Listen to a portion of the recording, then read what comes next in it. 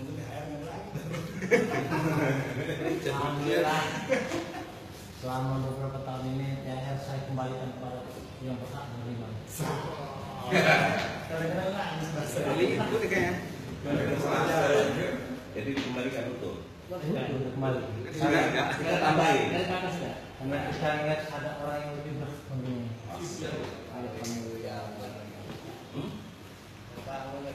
Yang pas itu sekarang udah bisa merokok lagi. Oh iya juga ya. Gitu ya. Kalau Yang penting merokok lagi. belum. Baru lagi. Ingatin sejarah. Maksudnya apa maksudnya? Hah? Maksudnya apa? Selama ini nggak pernah apa ya? Kerjanya lagi tunggu. Maksudnya apa itu maksudnya? Apa? Denda. Alias Ende.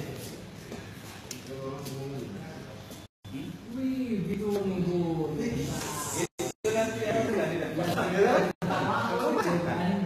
Ya itu sembari baca kan sembari berenang. Takutnya di sini. Kamu mau ketawa masuk dosa.